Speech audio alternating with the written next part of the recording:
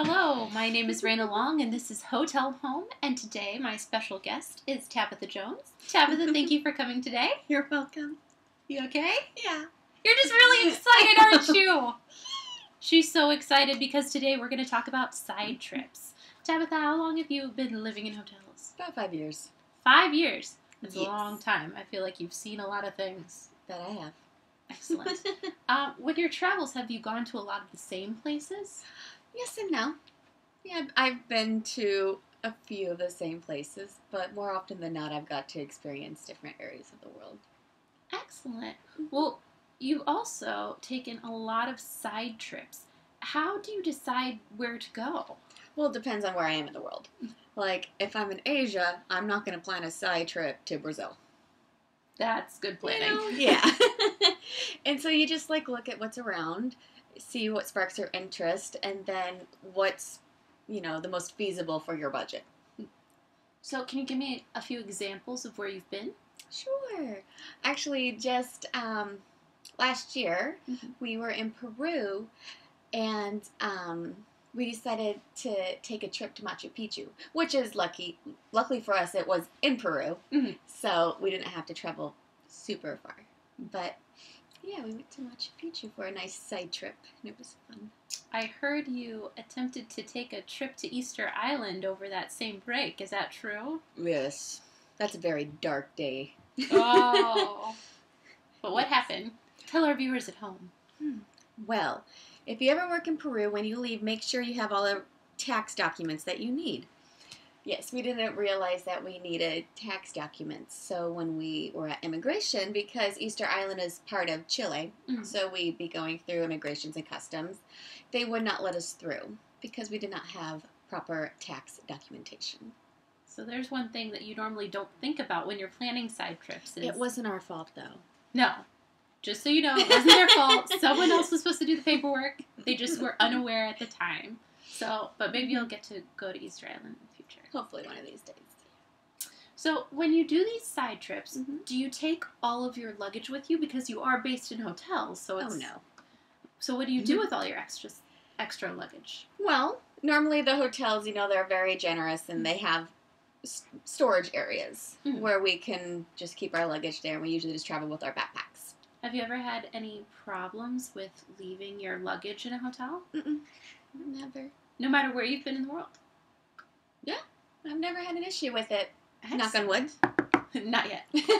So, you're only taking a backpack on most of these trips? Yes. How do you pack for that? Because some of these trips are 2 weeks long? Yeah, give or take. So how do you pack a whole 2 weeks worth of life in a backpack? In a backpack. Very carefully. All right. What you just have to think about is, where you're going. Is it going to be hot? Is it going to be cold? That will obviously depend on what you bring. And then just also, you just have to be very minimal. If you bring a pair of pants, just bring one pair. You don't need a plethora of shoes. Just bring a good pair of tennis shoes. You know what I'm saying? So you just be prepared to wear something 3 times. It's okay. Because if worst comes to worst, you can wash it out in the sink. Are you a big fan of Febreze? Oh, yes. I feel like that would come in handy here. So, when you're looking to plan these trips, how do you find the best deals? Because I know you don't want to be spending an arm and a leg on all these, so you want to find places where you can get the most out of your money and see the most things with the least amount spent. Well, when it comes to air travel, I usually go to Kayak. I wonder if I'm an endorser for that now, if they'll pay me. Well, if you would like to pay her, let us know. Email our site and we'll give you her information. Yeah, because they do a lot of judging with different airlines, but especially comparison shopping. Yeah, but especially if you're in Asia, Air Asia is the way to go. I did another side trip, and we flew from, where was it? Singapore to the Philippines. $17. Per person? Oh, wow. $17. And you didn't have to check anything because you only had your backpacks with you? Yes. Oh, I bet you that saved a lot of money. Yeah, it does. Well, that's where they try to get you to, is that you have to pay for baggage, which is, common nowadays anyways. But if you don't have any, it's just... It makes it a lot easier. Yeah. But that means you also can't travel too many liquids, like toiletry items. How do you get around that when you're... You don't have to wash your hair every day. You really don't. These come in very handy when you have oily hair. Headbands, bandanas, hats. Yes. Just make sure deodorant. Oh, yes. That'd be good. Put that everywhere. Then you'll be good to go. Do you ever use the dry shampoo? I have not, actually. I haven't either. I always think, maybe one day, but it hasn't come up. Okay, so what types of accommodations do you stay in when you're doing these trips? Mostly hostels? Because they're cheaper. And what's the difference between a hotel and a hostel? Well, a hotel is more private. Mhm. You know, you have the bathroom and the shower in your room. The hostel is not like that. You have shared bathrooms. Mhm. So the room that you're staying in is just the room with beds in it, which can, like, house up to 12 people. Oh. You know, so depending on what kind of dorm you get. But there's no toilet or shower inside the room. You usually have to, like, walk down a hall or something, and it's all shared. So it's more like a frat house. I guess more or less. Oh, doesn't that make you excited? And a lot of times, though, you either have to provide your own towel or they'll rent towels. Oh. It's not like they just have towels hanging, you know, like in a hotel. Oh. So did you rent a towel or did you travel one? You did rent one. Yeah. And were they nice and clean and fluffy? They weren't fluffy. They were pretty thin, but it was a towel. Oh. It got you dry. We're utilitarian here. And I heard on some of your trips you've also rented houses or parts of houses. Is that true? How was that? That's nice. That is really nice because it's more of a homey feel to it. Usually, they're a little bit more pricier than hostels, obviously, but they're called guest houses where people just rent out their home. And when you did that, did you rent the whole building or just a part of it? A part of it. Okay. Mm-hmm. Excellent. And how did you find that? Was that on Kayak? No, I actually didn't find that one. Someone else did. Oh, okay. I just kind of leapt onto the bandwagon. I was like, okay, this is nice. So sometimes it's good to travel in groups. Mm-hmm. What has been your favorite side trip so far? Do you have one? Okay, now I have to think. Uh-oh. Unprepared for that question. I know. I really liked Machu Picchu. Machu Picchu was just really cool. Really tiring. Because we went on, like, this trail and we hiked for 7 hours one day. I did enough hiking to last me for 10 years. But it was really, really neat to see. And then in Cambodia, that was just really cool. If you go to Cambodia, bring sunscreen. True story. Otherwise, some people in your party might turn into lobsters. Yes. So, do you still have room in your backpack for souvenirs from these places?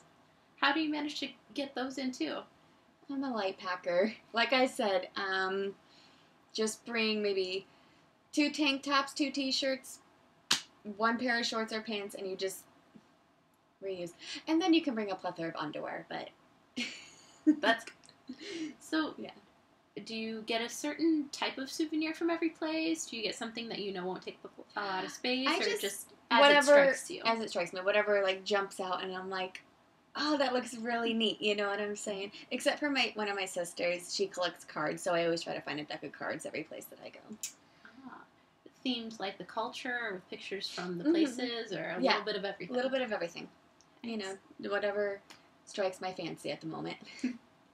What do you do, for example, you said when you were trying to go to Easter Island, all that tax paperwork came up, and the plan was a bust. What do you do when your plans go awry and you're out on these side trips?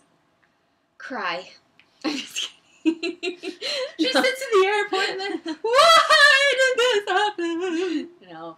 You make do with it. I mean, it really sucks, especially when you don't get reimbursed, so you're just out the money. And it just, it does suck, but at the same time, there's nothing you can do, so you just try to make the most of it where you are at that moment. Have plans gone awry when you've been in the middle of a trip somewhere before? Luckily, no. New Zealand's really cool. You should go to New Zealand. Sorry, that just popped into my head. Okay. For some reason, I was thinking Lord of the Rings, and then I thought of New Zealand. Okay. Well, I would go to New Zealand anyway. Oh yeah, it's really beautiful.